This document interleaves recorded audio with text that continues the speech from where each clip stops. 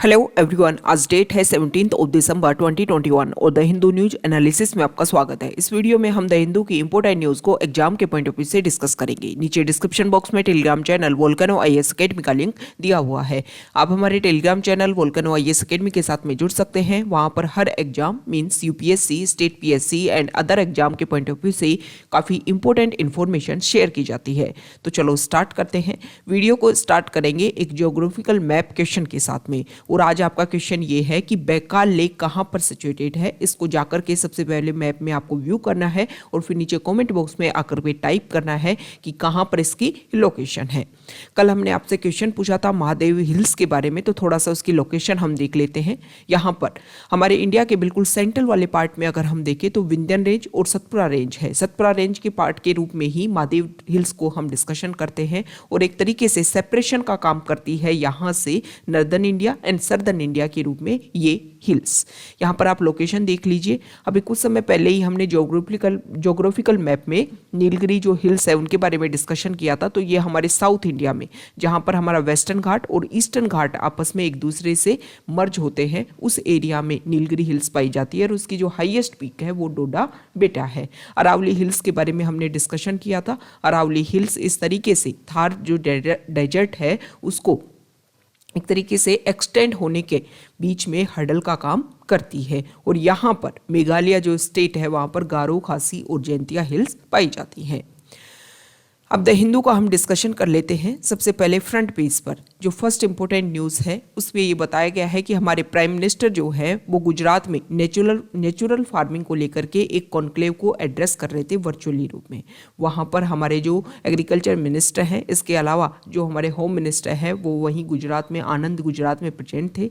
इसमें ये डिस्कशन हुआ कि नेचुरल फार्मिंग के ऊपर इंडिया को अपने आप को प्रमोट करना होगा, चेंज करना होगा, अल्टरनेशन जो है उसके ऊपर इंडिया को अक्वायर करना होगा। कारण क्या है, हम बहुत सारे फर्टिलाइजर्स और पेस्टिसाइड्स जो हैं वो बाहर से इंपोर्ट करते हैं, जिसकी वजह से ना सिर्फ इकोनॉमिक बर्डन क्रिएट होता है इंडिया के ऊपर, दूसरा हमने टारगेट ले रखे हैं कि इंडिया को सेल्फ रिलायंट इंडिया के रूप में हम डेवलप करेंगे। तो वो टारगेट अचीव करने में भी हमें काफ़ी ज़्यादा परेशानी हो रही है। हमारे प्राइम मिनिस्टर ने बोला कि 80% हमारे कंट्री की जो फार्मिंग पॉपुलेशन है उसमें से अगर हम 80% देखें तो वो स्मॉल फार्मर्स हैं। स्मॉल फार्मर्स कौन होते हैं? जिनके पास में 2 एकड़ या उससे भी कम लैंड हो फार्मिंग के लिए, तो उसको बोलते हैं स्मॉल फार्मर। अब स्मॉल फार्मर जिनके पास में लैंड की जो एक तरीके से अवेलेबिलिटी है वो काफ़ी कम है और अगर उसमें इनपुट ज़्यादा है तो प्रोडक्शन जो है वो इतना यूजेबल रहेगा ही नहीं कि जो हमने टारगेट ले रखे हैं कि फार्मर्स की जो हम इनकम डबल करेंगे वो टारगेट तो अचीव हो ही नहीं पाएंगे। सीधा सा इसका एक सॉल्यूशन है, सिंपल लैंग्वेज में अगर हम इसको समझे तो जो फार्मर्स हैं उनको अपने जो भी जिन चीज़ों के ऊपर प्रेजेंट टाइम में वो रिलाई करते हैं उनसे चेंज होकर के उनको नेचुरल जो भी अवेलेबिलिटी है, जैसे काऊ डंग हो गया, ये सारी चीज़ों के ऊपर उनको अपने आप को चेंज करना पड़ेगा। और जब ये ट्रांसफ़र होगा तो ना सिर्फ हमारे जो क्रॉप का प्रोडक्शन होगा, जो हमारे ग्रेन्स होंगे, ना सिर्फ वो एक तरीके से पेस्टिसाइड से मुक्त होंगे बल्कि जो हमारी फार्मर्स हैं उनकी इनकम भी डबल होगी। ओके, तो इन सब चीज़ों के बारे में बताया गया कि dung, urine of indigenous cows, इन सब चीज़ों को हम यूज़ कर सकते हैं। Completely science based shift from chemistry lab to nature laboratory, मतलब केमिस्ट्री लैब से अपने आप को नेचर की जो लेबोरेटरी है उसमें अपने आप को शिफ्ट करना है। तो यहाँ पर बेनिफिट्स बताए गए हैं नेचुरल फार्मिंग के, क्या क्या इफेक्ट होगा। ना सिर्फ क्रॉप के ऊपर पॉजिटिव इफेक्ट होगा बल्कि हमारे जो फार्मर्स हैं उनकी जो इनकम है उनके ऊपर भी काफ़ी ज़्यादा इफेक्ट होगा। और जो एनिमल हस्बेंड्री जो हमारा एक तरीके से पार्ट है जिसका यूज़ करके जो फार्मर्स हैं उनकी इनकम को डबल किया जा सकता है, तो उसमें भी जो फार्मर्स है वो अपना इन्वेस्टमेंट इंक्रीज करेंगे। नेक्स्ट इंपॉर्टेंट आर्टिकल है 1971 की वॉर। आप सभी को पता है कि बांग्लादेश पहले पाकिस्तान का पार्ट था, फिर वो वहाँ पर प्रॉब्लम होती है और प्रॉब्लम होने के बाद में जब उनके बीच में वॉर होती है तो उस वॉर में इंडिया उनका सपोर्ट करता है और एक तरीके से बांग्लादेश को फर्स्ट टाइम अगर किसी ने इंडिपेंडेंट कंट्री का दर्जा दिया तो वो हमारा इंडिया था। इसी को लेकर के हमारे जो प्रेसिडेंट है रामनाथ कोविंद जी, वो बांग्लादेश की विजिट पर गए हुए हैं। वहाँ पर सेलिब्रेशन चल रहा है क्योंकि गोल्डन जुबली को वो सेलिब्रेट कर रहे हैं। 50 ईयर्स कंप्लीट हो चुके हैं उनको फ्रीडम गेन किए हुए। तो यहाँ पर शेख मुजब्बिर रहमान की बात की गई है कि उन्होंने जो मुक्ति वाहिनी मोर्चा जो एक तरीके से अपनी पार्टी बना रखी थी या लोगों को इकट्ठा कर रखा था, ऑर्गेनाइजेशन बना रखा था, उन सभी ने एक तरीके से कोशिश की अपनी लिबरेशन को गेन करने के लिए, अपनी लिबर्टी को, अपनी फ्रीडम को गेन करने के लिए। और इस वॉर में इंडिया ने काफ़ी ज़्यादा सपोर्ट किया। हमारी जो ट्राई सर्विसेज हैं उन्होंने हर तरीके से हेल्प करने की कोशिश की।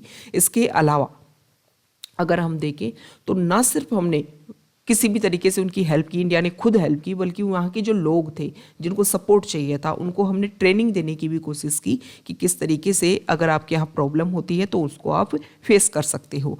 तो ये इंडिया का एक इम्पोर्टेंट पार्ट है कि हम कुछ ही दिनों पहले अगर हम देखें तो लगभग 23-24 ईयर्स पहले इंडिया खुद फ्रीडम गेन करता है और फिर किसी कंट्री को फ्रीडम दिलवाने में इंडिया इतना बड़ा इंपॉर्टेंट रोल प्ले करता है। तो ये दिखाता है कि इंडिया ने किस तरीके से अपने आप को डेवलप किया था। नेक्स्ट इंपॉर्टेंट आर्टिकल, यहाँ ओमिक्रॉन जो कोविड का एक नया वेरिएंट है उसको लेकर के स्टडी हुई है। इस स्टडी में ये सामने आया है, हांगकांग स्टडी, इसमें ये सामने आया है कि जो नया वेरिएंट है, हालांकि जो इसकी स्प्रेडिंग पावर है वो बहुत ज़्यादा है, डेल्टा से भी ज़्यादा है, इन्फेक्शन पावर है वो ज़्यादा है, लेकिन अगर हम ये देखें तो ओमिक्रॉन जो है वो लंग्स को काफ़ी स्लो इफेक्ट करता है। मतलब ऐसे नहीं है स्प्रेड जल्दी हो रहा है, लेकिन जो इन्फेक्शन होना चाहिए, जो इफेक्टिवनेस जो इसकी है वो काफ़ी कम है जो अदर वेरिएंट देखने को मिले हमें कोविड के।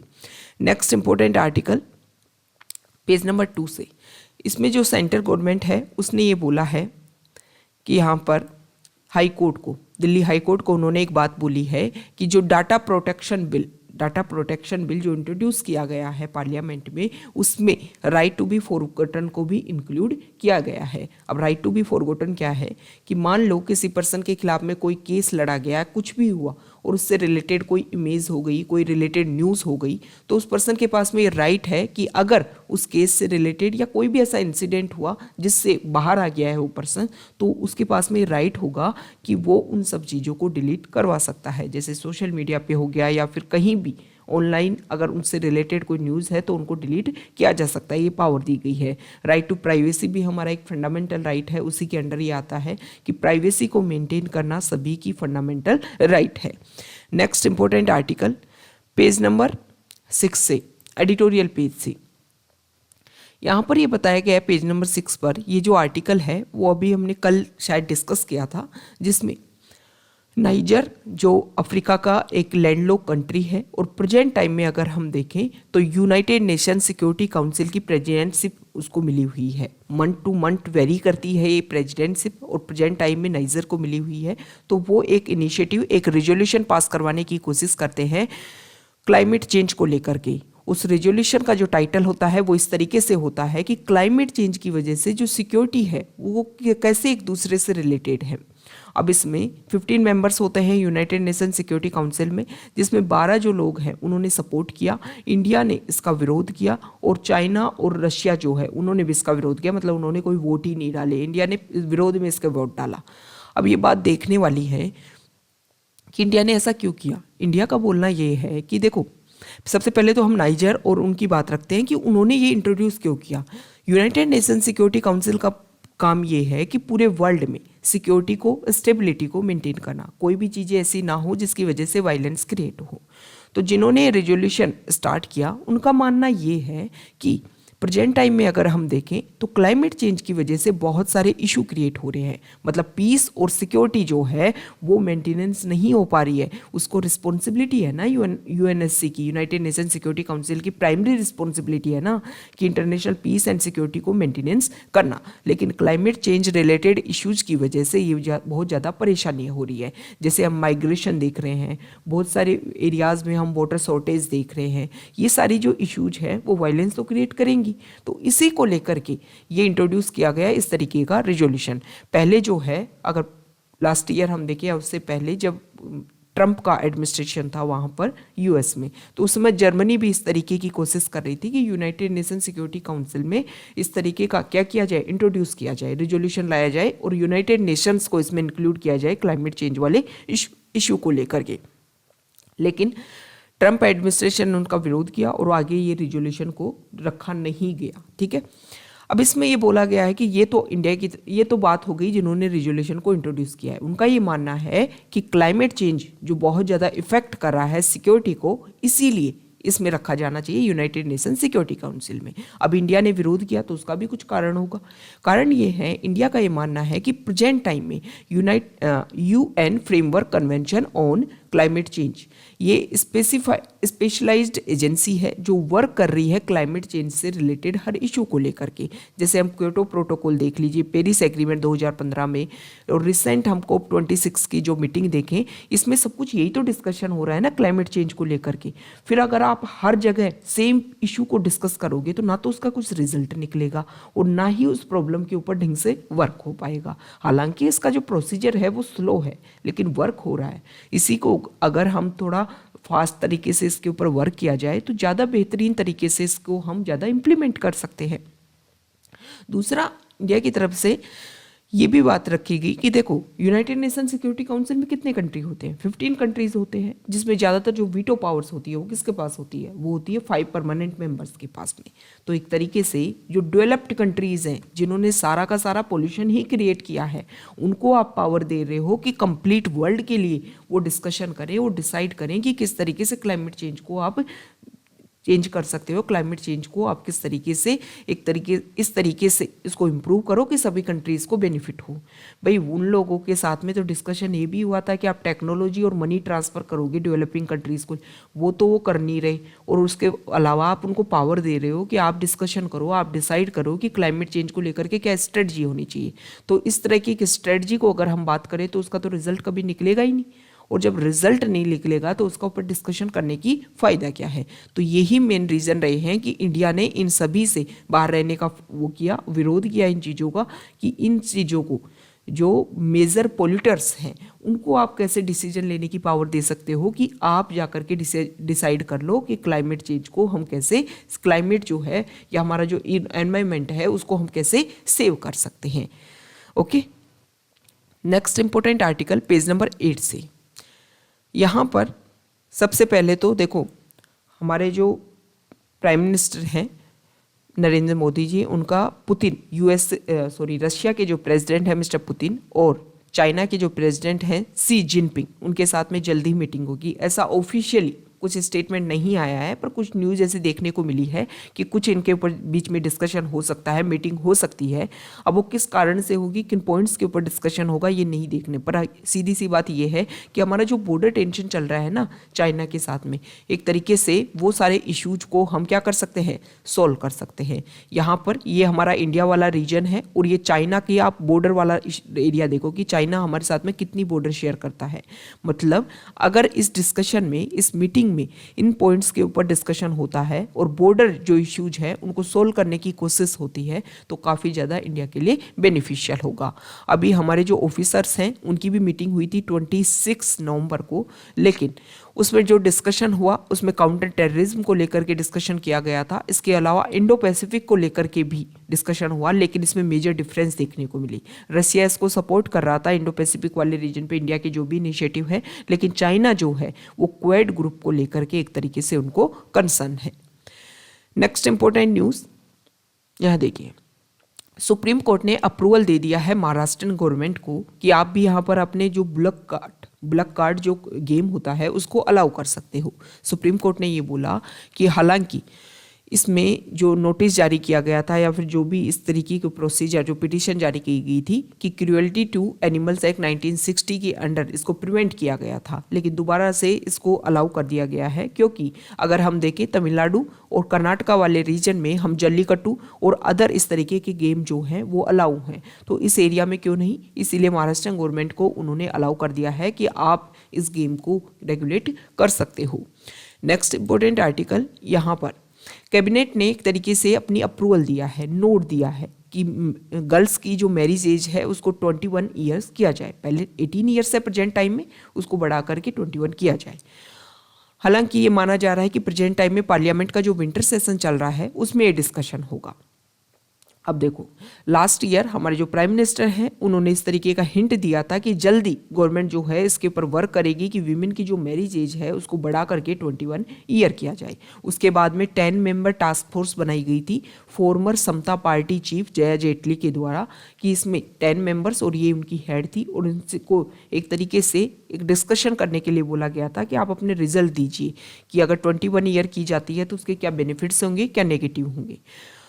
तो यहाँ पर ये बोला गया है कि जया जेटली से जब डिस्कशन हुआ तो उन्होंने ये बोला कि देखो, हमने बहुत सारे ऐसे सर्वे कंडक्ट करवाए जिसमें पूछा गया कि मैरिज एज ज़्यादातर क्या होनी चाहिए। तो उसमें बताया गया है कि 22 से 24 एज ज़्यादातर लोगों ने, इसके जो बच्चे हैं, जो यूथ है, उन्होंने डिसीजन दिया कि ये एज होनी चाहिए मैरिज एज को लेकर के, क्योंकि बहुत सारी 18 जब एज होती है गर्ल्स की तो उनकी जो एजुकेशन है वो बहुत ज़्यादा इफेक्ट होती है इससे, क्योंकि लगभग जो गर्ल्स होती हैं या तो कॉलेज में उस टाइम एंट्री कर रही होती है या फिर वो 12th पास कर रही होती है।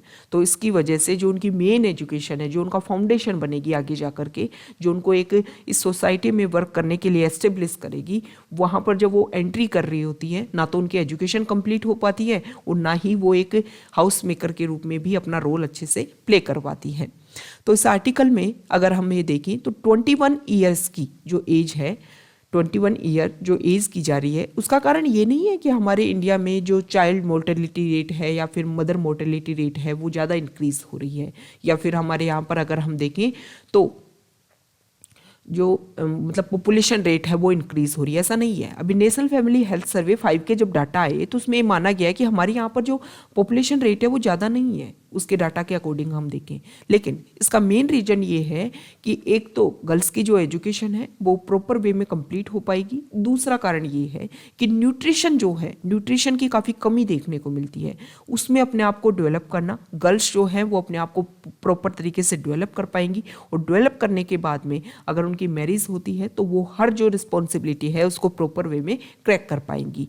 तो यही कारण है कि जो मैरिज एज है उसको 21 ईयर किया जा रहा है, बॉयज़ की 21 ईयर प्रेजेंट टाइम में है, और इक्वलिटी देने के लिए भी ये टारगेट को क्या किया जा रहा है, अचीव करने की कोशिश की जा रही है।